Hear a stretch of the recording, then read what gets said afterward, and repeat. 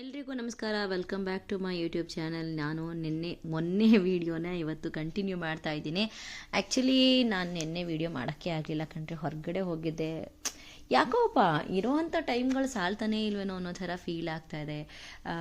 ಟೈಮೇ ಗೊತ್ತಾಗ್ತಿಲ್ಲ, ಯಾವಾಗ ಬೆಳಗ್ಗೆ ಆಗುತ್ತೋ ಯಾವಾಗ ರಾತ್ರಿ ಆಗುತ್ತೋ. ಬರೀ ಕೆಲಸ ಈ ಕೆಲಸ, ಅಲ್ಲಿ ಓಡಾಟ ಇಲ್ಲಿ ಓಡಾಟ, ಫ್ರೆಂಡು, ಮನೆ, ಫ್ಯಾಮಿಲಿ, ಬರೀ ಇದ್ದೇನೆ ಆಗೋಯ್ತಾ ಇದೆ ನನಗೆ. ಅದೇನು ಅಂತಲೇ ಅರ್ಥನೇ ಆಗ್ತಿಲ್ಲ. ನನಗೆ ಟೈಮ್ಗಳೇ ಅಡ್ಜಸ್ಟ್ ಮಾಡ್ಕೊಳಕ್ಕಾಗ್ತಿಲ್ಲ. ನಾನು ಇನ್ನೊಂದ್ಸರಿಯಿಂದ ಟೈಮ್ ಟೇಬಲ್ ಹಾಕೋಬೇಕು ಅಂತ ಯೋಚನೆ ಮಾಡಿದ್ದೀನಿ.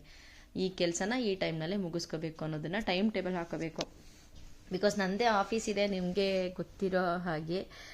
ಮೋಸ್ಟ್ಲಿ ನಿಮಗೆಲ್ರಿಗೂ ಗೊತ್ತಿದೆ ಅನ್ಸುತ್ತೆ, ನಾನು ಆಲ್ರೆಡಿ ಹೇಳಿದ್ದೀನಲ್ವ. ನಂದು ಗ್ರಾಮ ಒನ್ ಇದೆ ಆ್ಯಂಡ್ ನಮ್ಮದು ಅಂಗಡಿ ಕೂಡ ಇದೆ.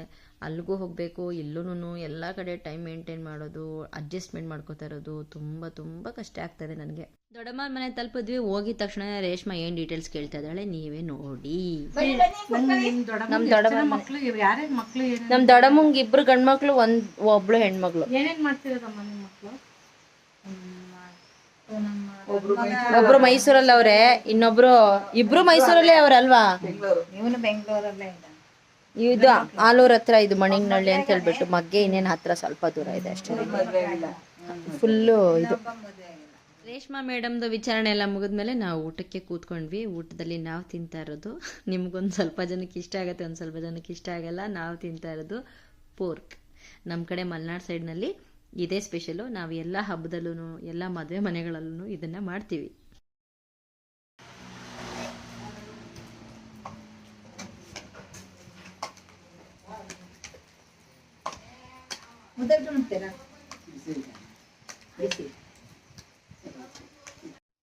ಆ ಕಡೆ ಜಿಗಿ ಜಿಗಿ ಮಳೆ, ಈ ಕಡೆ ಫುಲ್ಲು ಸ್ಪೈಸಿ ಮೆಣಸಲ್ಲಿ ಹುರಿದಿರೋಂತಹ ಪೋರ್ಕ್ ಊಟ ತಿಂತಾ ಇದ್ರೆ ಏನು ಸಖತ್ತಾಗಿರುತ್ತೆ ಗೊತ್ತಾ.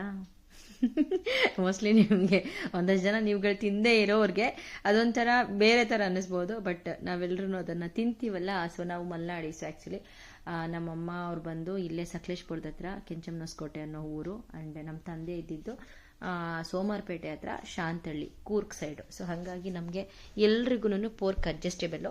ಸೊ ಹಾಗಾಗಿ ನಮ್ಮ ಕಡೆ ಮದುವೆ ಮನೆಗಳಲ್ಲಿ ಮದುವೆ ಮಾಡಬೇಕಾದ್ರೆ ಮದುವೆ ದಿವಸನೇ ನಮ್ಮದು ಹಿಂದಿನ ದಿನ ರಿಸೆಪ್ಷನ್ ಅಂತ ಇಟ್ಟು ಮಾರನೇ ಬೆಳಗ್ಗೆ ಮತ್ತೆ ಮದುವೆ ದಿವಸನೇ ನಾವು ನಾನ್ ವೆಜ್ ಕೂಡ ಮಾಡಿಬಿಡ್ತೀವಿ.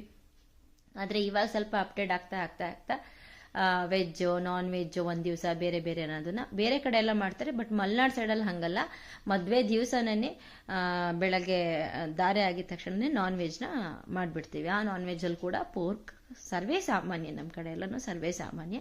ಆ್ಯಂಡ್ ಯಾರ್ಯಾರಿಗೆ ಈ ಕಡೆ ಬಯಲುಸೀಮೆಯ ಕಡೆಯವ್ರಿಗೆಲ್ಲರಿಗೂ ಅದೊಂಥರ ಆಡ್ ಅನ್ನಿಸ್ಬೋದು. ಬಟ್ ನಮ್ಮ ಕಡೆ ಸರ್ವೇ ಸಾಮಾನ್ಯ. ಸೊ ಹಾಗೇನೇ ಊಟ ಗೀಟ ಎಲ್ಲ ಮುಗಿಸ್ಕೊಂಡು ಹೊರಟ್ವಿ ಹಾಸನ ಕಡೆಗೆ.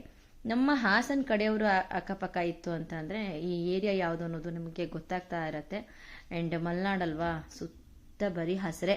ನಾವು ಹಸಿರು ಕಾಣೋದೇ ಇವಾಗ ಕಷ್ಟ ಆಗಿದೆ. ಬಟ್ ಮಲೆನಾಡು ಸೈಡಿಗೆ ಹೋದರೆ ಮಾತ್ರ ಹಸಿರು ಕಾಣೋದಕ್ಕೆ ಸಾಧ್ಯ. ಇನ್ನು ಕಾರಲ್ಲಿ ಹೋಗ್ತಾ ಇರಬೇಕಾದ್ರೆ ಮ್ಯೂಸಿಕ್ ಇಲ್ದಿದ್ರೆ ಏನು ಮಜಾ ಅಲ್ವಾ. ಹಾಗೆ ಮ್ಯೂಸಿಕ್ ಕೇಳ್ಕೊಂಡು ಹೋಗ್ತಾ ಇದ್ವಿ. ನನ್ನ ಬಾಯಲ್ಲಿ ನೋಡಿ, ಇಲ್ಲಿ ಬಾಯಿ ತುಂಬ ಬರೀ ಕೆಂಪು ಕಾಣಿಸ್ತಾ ಇದೆ. ನಾಲ್ಗೆ ಎಲೆ ಅಡಿಕೆ ಹಾಕೊಂಡಿದ್ದೀನಿ ನಾನು. ಅವಳದೇನೋ ಜಾಸ್ತಿ ಕೆಂಪಾಗಿಲ್ಲ, ನಾನು ಜಾಸ್ತಿ ಕೆಂಪಾಗಿದೆ ನೋಡಿ. ನಾನು ಹಾಡು ಹೇಳಿದ್ರೆ ಅವಳು ಹಾಡು ಹೇಳ್ತಾಳೆ. ನಾನು ಫೋಟೋ ತೆಗಿಯೋಣ ಅಂತಂದರೆ ಅವಳು ಫೋಟೋ ತೆಗಿಯೋಣ ಅಂತಾಳೆ. ನಾನು ವೀಡಿಯೋ ಮಾಡ್ತೀನಿ ಅಂದರೆ ಅವಳು ವೀಡಿಯೋ ಮಾಡೋಣ ಅಂತಾಳೆ. ಅದೇ ಅಲ್ವಾ, ಒಂದೇ ರೀತಿ ಯೋಚನೆಗಳು, ಒಂದೇ ರೀತಿ ಲೈಕ್ಸ್ಗಳು ಇತ್ತು ಅಂತಂದರೆ ಆ ಖುಷಿನೇ ಬೇರೆ ಇರುತ್ತೆ. ಸೊ ಹಂಗಾಗಿ ನನಗೆ ಅವಳು ಇಷ್ಟ ಆಗ್ತಾಳೆ.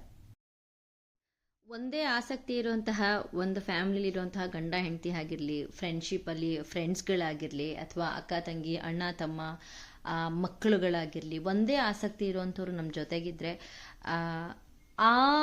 ಆ ಎಕ್ಸ್ಪೀರಿಯನ್ಸೇ ಬೇರೆ. ಏನು ಹೇಳ್ತೀರಾ? ಆ ಯೋಚನೆಗಳು, ಅದೇನು ಹೇಳ್ತಾರೆ, ಆ ಪ್ರೀತಿ, ಆ ಒಡಂಬಡಿಕೆ, ಇದೇ ಬೇರೆ. ಒಂದೇ ಆಸಕ್ತಿ ಇರೋರು ಜೊತೆಲಿರಬೇಕು. ಆವಾಗ ಯಾರಿಗೂ ಒಬ್ರಿಗೊಬ್ರು ಆಡ್ ಫೀಲ್ ಆಗಲ್ಲ. ಒಂಥರ ಹೊಂದ್ಕೊಂಡು ಜೊತೆಗೆ ನಾವೇನು ಮಾಡ್ತೀವಿ ಅದನ್ನೇ ಅವರು ಮಾಡ್ಕೊಂಡು ಆ ಖುಷಿನೇ ಬೇರೆ. ಆ ಖುಷಿ ನನಗೆ ರೇಷ್ಮನ್ ಜೊತೆ ಸಿಗ್ತಾ ಇದೆ. ಸೊ ನಾನು ಖುಷಿಯಾಗಿದ್ದೀನಿ. ಅದಕ್ಕೆ ನನ್ನ ಜೊತೆ ಎಲ್ಲ ಕಡೆಗೂ ಅವಳನ್ನು ಕರ್ಕೊಂಡು ಹೋಗ್ತೀನಿ.